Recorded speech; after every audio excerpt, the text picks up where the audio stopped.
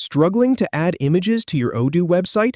Discover the exact drag-and-drop method to publish an image in under 3 minutes. We'll open the website editor, drag the image block onto your page, upload your file, and save it. All right, let's start by navigating to the home page of your Odoo website, so we've got a clean starting point.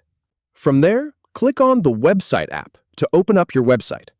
Now, once the page is open, look to the top right corner and click Edit to enter the editor.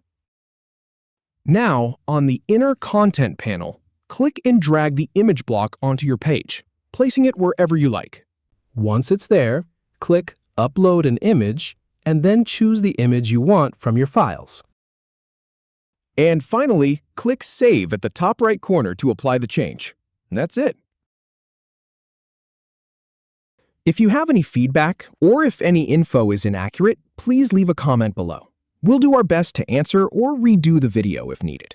Thanks for watching.